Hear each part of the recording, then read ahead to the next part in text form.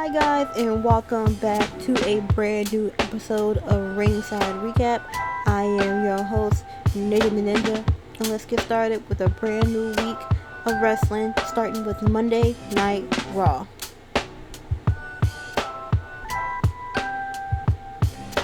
So guys, welcome back to the show. We're in a brand new week of wrestling. We are couple weeks away from WrestleMania, and this WrestleMania is gonna be probably okay. I don't think it's gonna be as good as people think it is. Like, I know some of the matches of the night I want to see. Definitely want to see Obafemi versus Brock Lesnar match. Definitely want to see Randy and Cody, and it's not because of just them two. I just really want Randy to get his 15 championship. I believe he does deserve it, and I have a feeling he's gonna retire soon, just as John Cena and rumored to be Brock Lesnar as well. And honestly, the rest of the other matches for Mania, I really don't care for. I know that me and my father were really having a conversation about how, wrestling is just not pushing none of these people, and they're just keeping the same older wrestlers that are like in their 40s, trying to make them still relevant when they have a whole 50-something roster with all these brand new young talent that they can push to make better future champions and Hall of Famers. I know that one of my big ones, I believe that Trick Williams could be definitely a big one. He reminds so much of Booker T. I think he can do it as long as WWE pushes him to do it and be the best he can be. I think he'll be a future champion as well.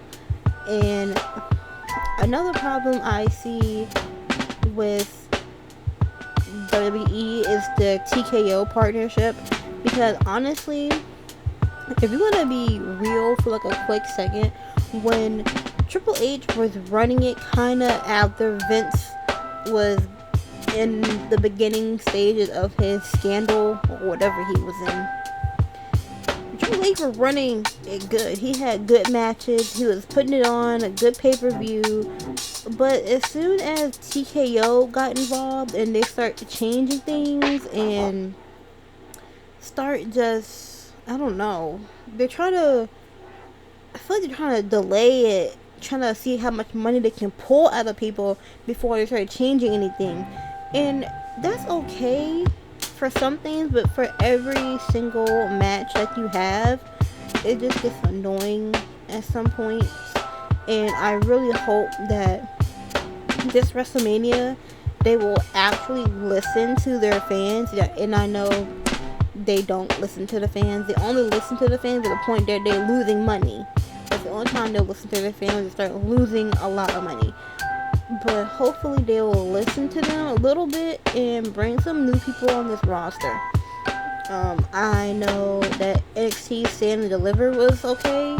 I don't really watch NXT, but I know I see clips on Instagram, and I know that some of these new people, they look like they can do good on the main roster for now.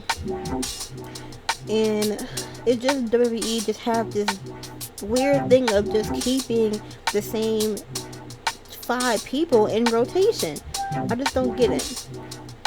And then another thing my dad was saying is like people who do not know how to talk on the mic anymore.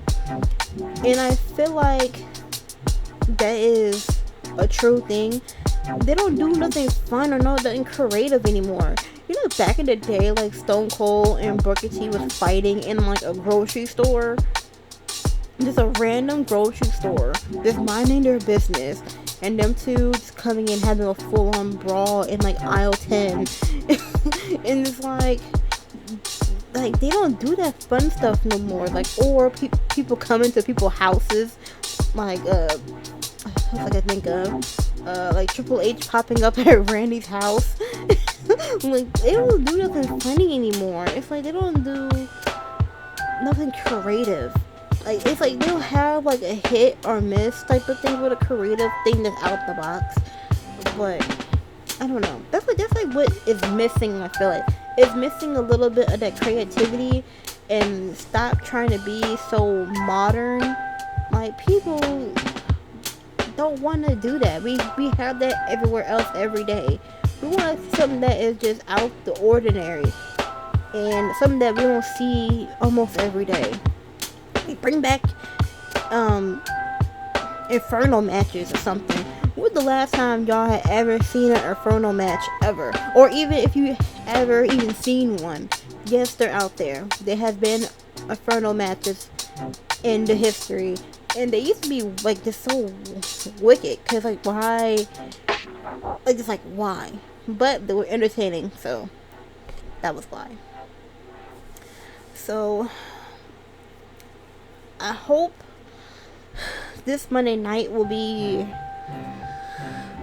somewhat manageable, somewhat bearable, I'll say. Um, I know we're gonna have the same old CM Punk and Roman thing. We're gonna have over Femi and Brock Lesnar thing. They're gonna have the same people on here every week, and this what makes it so dry that you hype this up for literally over a month and a half, and now that WrestleMania is literally like next week, 2 weeks from now, next week or whatever, it's like most people are not even looking forward to it. But I guess they're just trying to milk it until WrestleMania, so I don't know, y'all. But after all that, let's get started with the show. So, y'all, the show opens up with CM Punk giving a pipe bomb, probably of the year. This is probably the most he's ever talked about anything within the past couple months of him even being a champion. So basically his pipe bomb was him going off about, of course, Roman Reigns, going off about him, saying that once again he's a part-time champion, and now calling him plastic, making insults about him being a bad football player and getting handouts to his family, The Rock. He throws also insults about The Rock, saying that also The Rock was a big time superstar, well, movie star, and now he isn't anymore. And basically also called Roman a lapdog for an old man, and which the old man is, of course, Vince McMahon.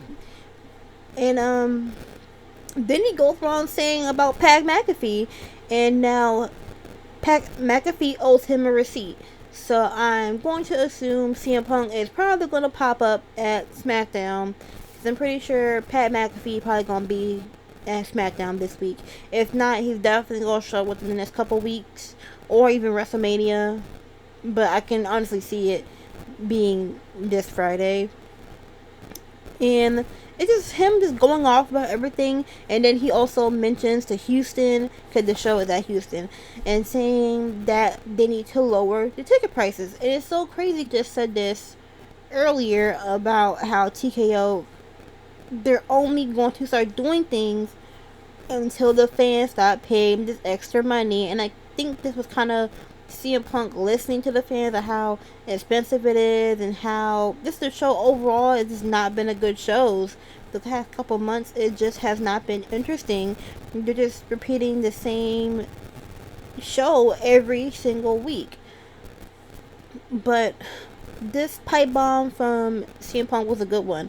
I love CM Punk's mic work. He's probably the best with the microphone within anyone on the roster so far. And it was a really good segment to open up the show.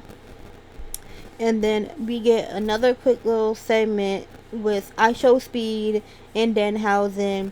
And I Show Speed is asking Danhausen to lift the curse, and Danhausen's like, hey, look, you give me your mansion, I lift the curse. And Speed is like, no. So then Adam Pearce is like, what are you doing here? You know that you're not supposed to be here because the Usos. And Speed is like, I just need this curse lifted off of me. And Adam's like, what are you talking about? And Danhausen escaped, so that. So then the Vision comes around and like, come hang out with us. You helped us get these championships. Hang out with us and come to the ring.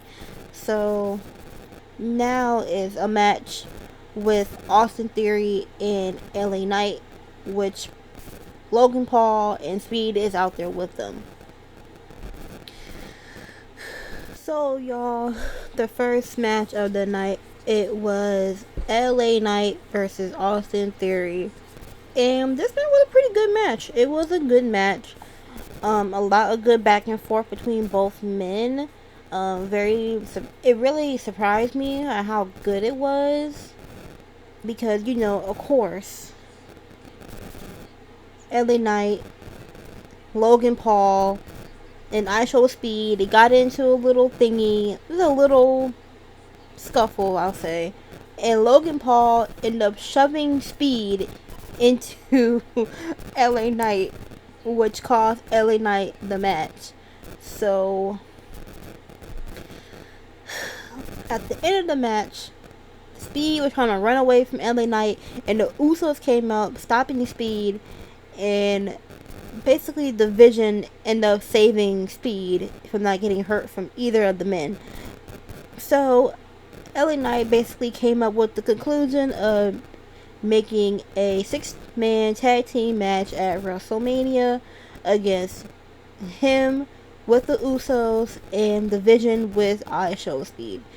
And GM Adam Pearce came out and made it official. So now we have a brand new match added on to WrestleMania. I'm not really sure which night it's going to be, but it's going to be a 6-man tag team match. So, I'm really not looking forward for this match. This is probably going to be like a filler match for the show. It doesn't really pique my interest that much. I mean, I feel like other people might like the match if they're interested in this storyline. But for me, this storyline is really not interesting for me. Like I already said past couple weeks, the Vision is kind of weird without Braun or Bronson. So, I don't know. This is gonna be a good match. It's gonna be okay. Maybe like it's just me, but it's gonna be okay match. So y'all, not even a match. It was supposed to be a match, but the match technically never even happened.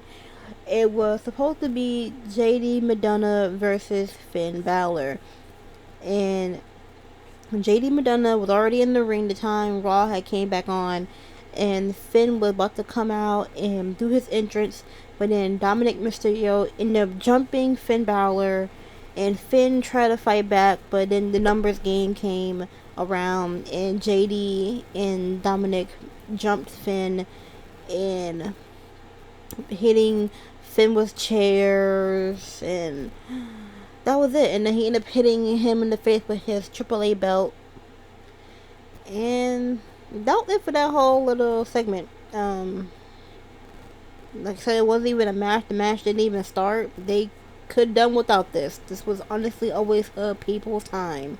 They did not have to do this. I understand you're trying to hype up this match for WrestleMania, but they could have done without this.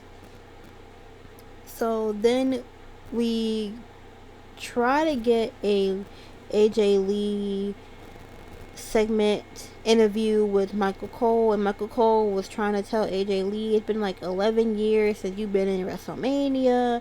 How does it feel?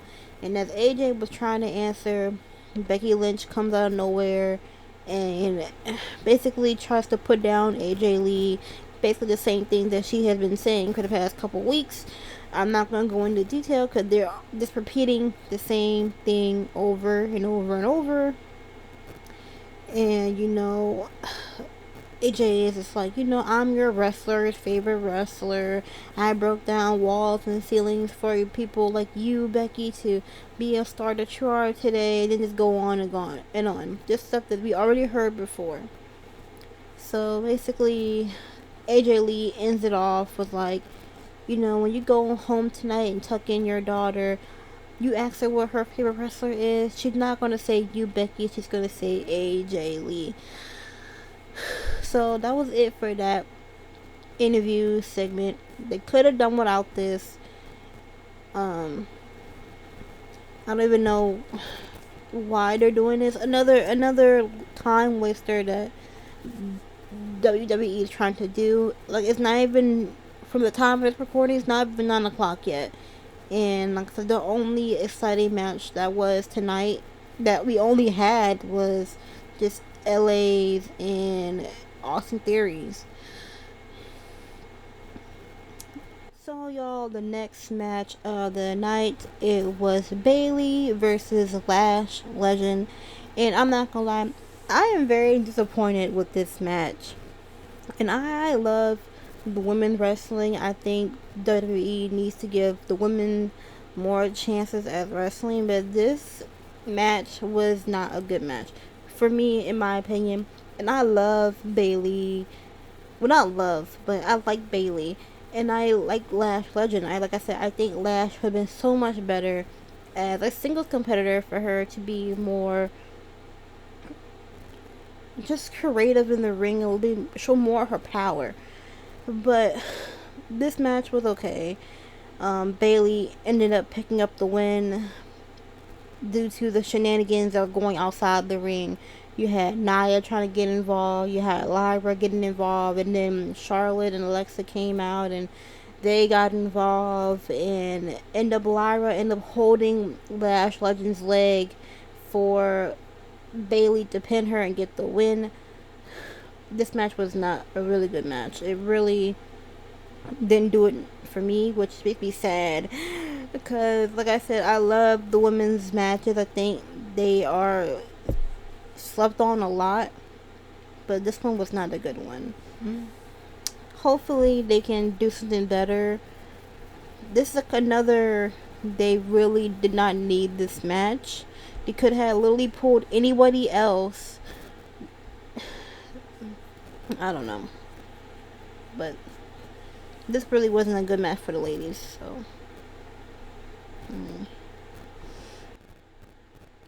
So y'all, the next segment of the night was Seth Rollins coming out and basically asking us the same question that we are wondering: why is Gunther after him? Because it does not make sense. It has no good reason. And his reasonings on why he has problems with Paul Heyman and the Vision. All Steph wants to do is get his championship back and get revenge on them. So he goes on to explain on how he gonna get revenge on Paul Heyman. He somehow ends up sending Oba Femi to Brock Lesnar somehow. He didn't explain how he got Oba Femi to do it, but he also gave Oba Femi credit that Oba Femi is going to be the future, so that's good for him. But then he goes on to another interesting thing that he said, that he thinks that Paul Heyman and Gunther are business partners somehow. I can see it.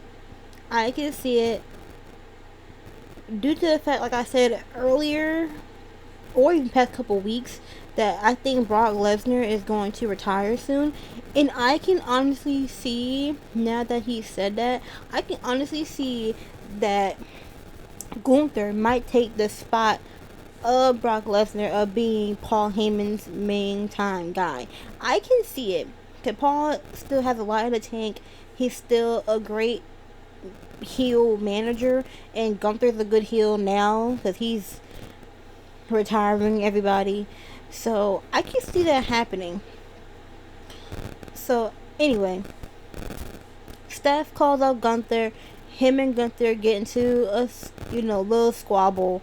Nothing serious. It got broken up by Adam Pearce and all them. And then Gunther goes in the back and he gets stopped by Paul Heyman, and Paul Heyman basically thanks Gunther for getting him out of the situation with Seth Rollins. And Gunther basically tells Paul Heyman, "Since I did that for you, now you owe me a favor." So I think that's going to be the favor, that Paul's going to be at Gunther's side. So to help Gunther get back to the big championship scene, I really don't care what championship he's going to go for, because he's going to go for one of the championships. It doesn't even matter. So I can see that happening. That's why I said I think that he is going to take the place of Brock Lesnar if he goes. Or maybe he'll do something with the Vision somehow. I don't know. This is my predictions. But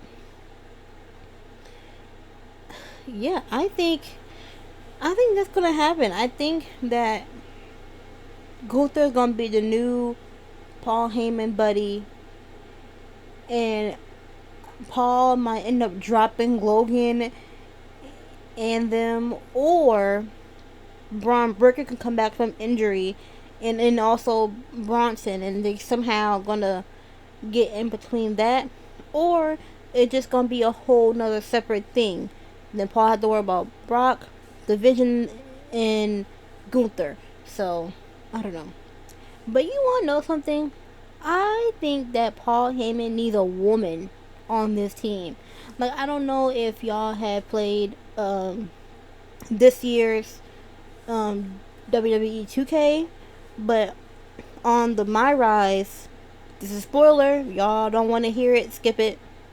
I don't know when, but just skip a little bit of it.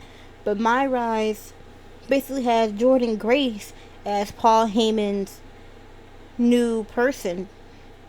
And in real life, I can honestly see Jordan Grace, or just anybody else, being one of the first Paul Heyman women. I think he needs that. I think that'd be also good for his reputation. I don't know.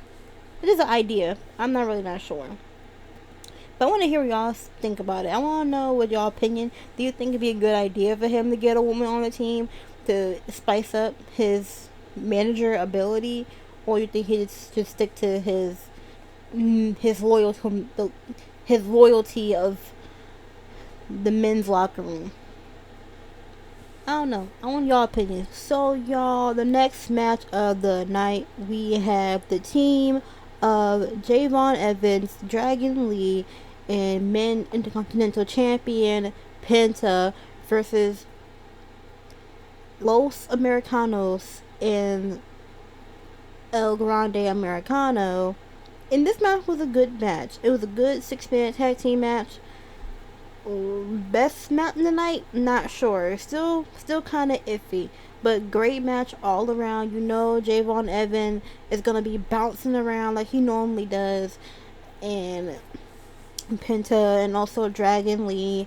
And then you got the typical shenanigans of Los Americanos and El Grande. But all in all, it was a good match. Penta and them picked up the win. And at the end of the match, Hall of Famer Rey Mysterio comes out and congrats everybody. But then he basically says that he is going to be the last man entering the ladder match at WrestleMania. Which I'm not mad about, but it's kind of still random. Rey Mysterio is getting up there in age, so this feels like WWE is trying to pull people in to get that money for Vegas, and nobody is going for Vegas because the tickets are so high, and half of these matches on these cards are not interesting. So now they're trying to pull people out the woodworks. You have Jelly Roll, you try to get Speed, you try to get Little Yachty, you try to pull Rey Mysterio. They're starting to pull people out the hats now, because now they're trying to see if they can pull in more people for this WrestleMania. That's exactly what they're doing. I don't see it any other way. Do you think Rey Mysterio is going to help pull in numbers at this time of age? Don't get me wrong, Rey Mysterio is still going to be iconic. He's going to be a well, he is a Hall of Famer, but he's still going to be iconic for him only. But we're talking about modern age.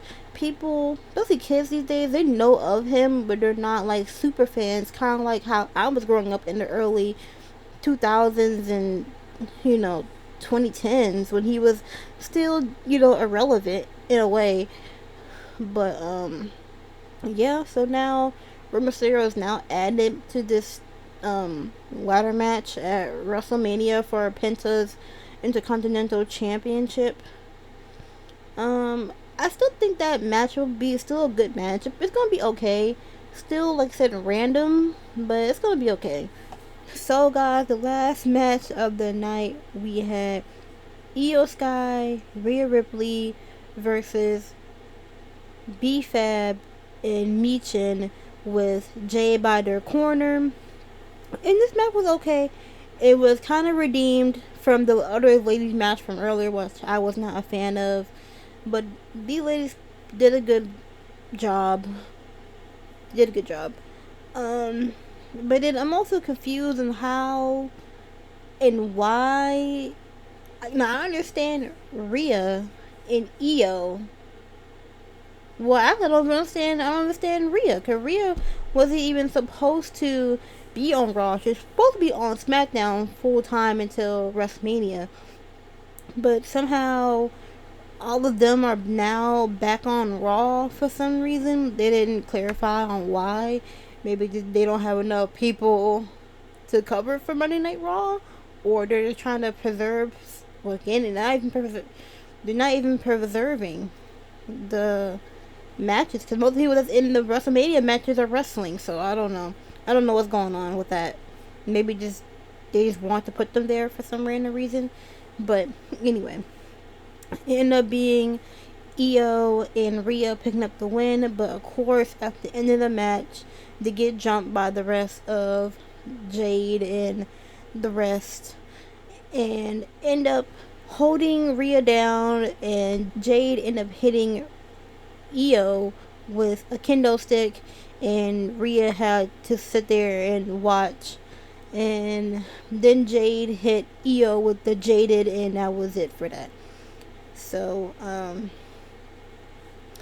was it. So, Jade was on Friday looking like Big Bird, and now she's on Monday Night Raw looking like Elmo. Or, if y'all ever watched the Powerpuff Girls and y'all know that weird red thing man, she looks like that. She's literally got this red puff thing, and then her stomach is cut out in the middle. I don't know what she was thinking that was cute. But yeah, and that was it for that match. Like I said, it was an okay match. Definitely better than the match earlier with the other woman involved. So, y'all, we have a quick little Judgment Day segment of, their whole Judgment Day basically saying about Finn Balor. And now everybody is wondering about Dominic Mysterio's father, Rey Mysterio. And Dominic's like, oh, I'm going to handle him later. I got a plan. I'm going to talk to Adam Pearce about that. So that's whatever. Typical Judgment Day behavior. So then Liv is talking to Raquel on the side, and then Roxanne Perez comes back, and Liv tells Raquel, can you give me a few moments with Roxanne? So she leaves, and then I think Liv is low-key trying to kick out Roxanne, because Roxanne got scouted by Finn Balor. Finn Balor now is out of the Judgment Day. So I think Liv is trying to solo out Roxanne. But in the middle of them having this conversation, Stephanie comes out of nowhere and bumps into Liv and Roxanne. Literally head-on collision with each other. I know that hurt. It looked like it hurt so bad. And then Stephanie picked up Liv and threw her into the TV. And she said something in Spanish. I couldn't catch what she said in Spanish, but I'm pretty sure is something from Liv attacking her last week. And that was the end for that segment. So I guess we find out next week what Dominic's gonna do about Ray, and who knows.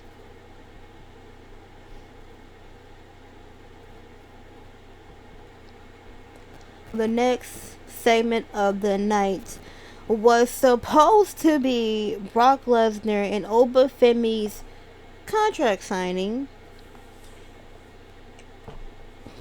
It didn't even nothing even happened. I'm not even going to go through it. You had Paul Heyman going through his whole spill, glazing Brock Lesnar. He comes out. Brock is pacing around the ring, shaking hands with Triple H.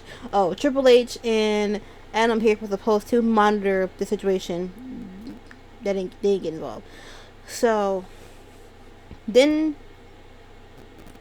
Adam Pearce calls out for Obafemi. Obafemi comes in, and before even Oba gets a foot even in the ring, Brock Lesnar attacks Oba, and Oba smashes him to the ring post, and then they get back in the ring, and now they're squabbling around the ring. They call for security. They're separating each other. Nothing. There was no contract signing. There was. I don't think even the contract was even on the table. It was just a blank table. It was nothing there. Then you had Brock Lesnar throwing a chair at Oba. Oba throws it back. I'm over here like, is it Steve Wilkos? Like, why we're throwing table and chairs? Like, what's going on here? And then Rob just cuts off. They hyped that thing up this whole show. I'm thinking we're gonna have at least a little bit of a sit down before they even start fighting each other. They didn't even say nothing. It was no word. It was just on site, and they literally was in there probably not even 5 minutes.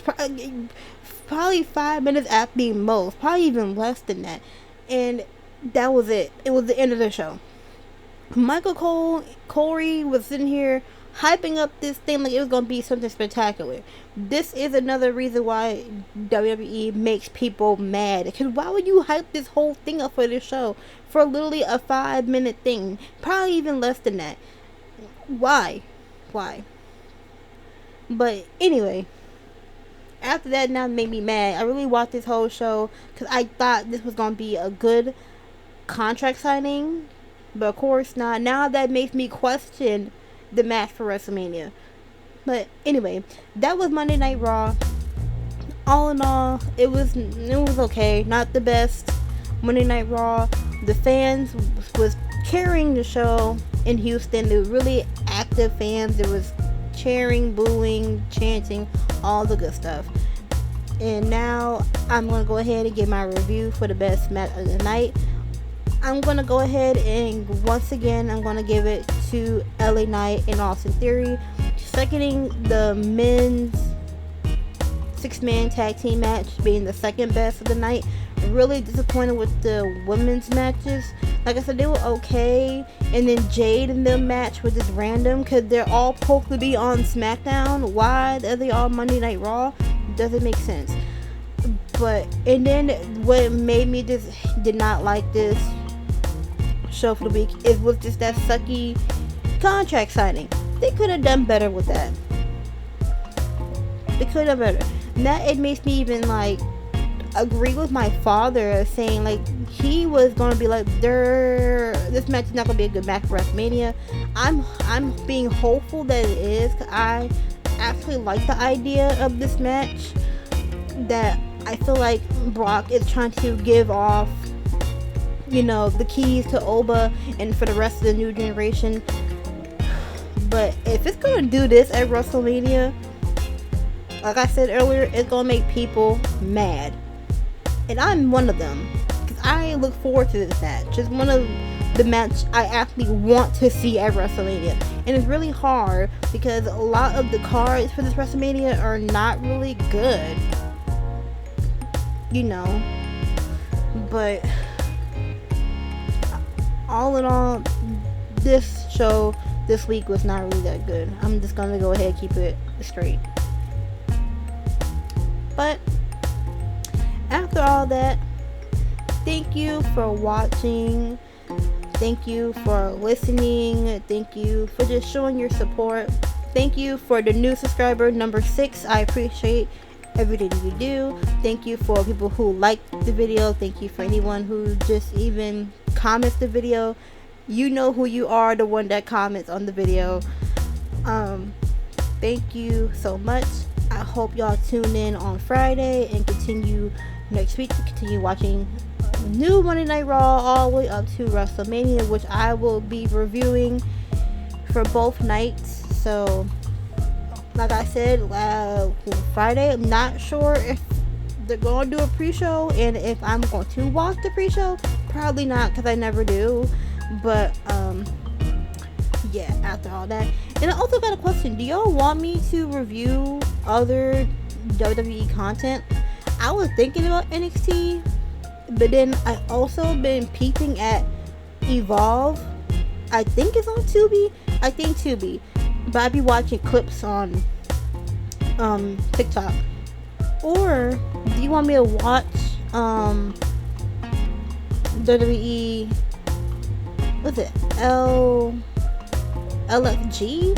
Something like that. It's that show with Undertaker and Michelle McCool when they're trying to train the new people to come up to NXT or to Evolve to wrestle to get to the main roster. I don't know. I want to know y'all's opinion. Y'all want me to do views on that, or should I do like a short? I never did shorts before, so if you want me to do a short on that, I probably will try and see how it goes.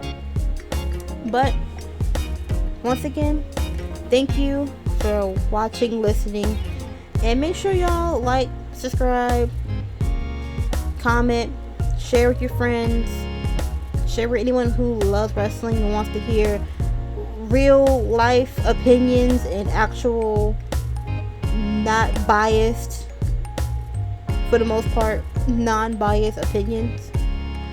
And I just want to hear what y'all gotta say. See what ideas we can all come up together for WrestleMania and for the new season of wrestling.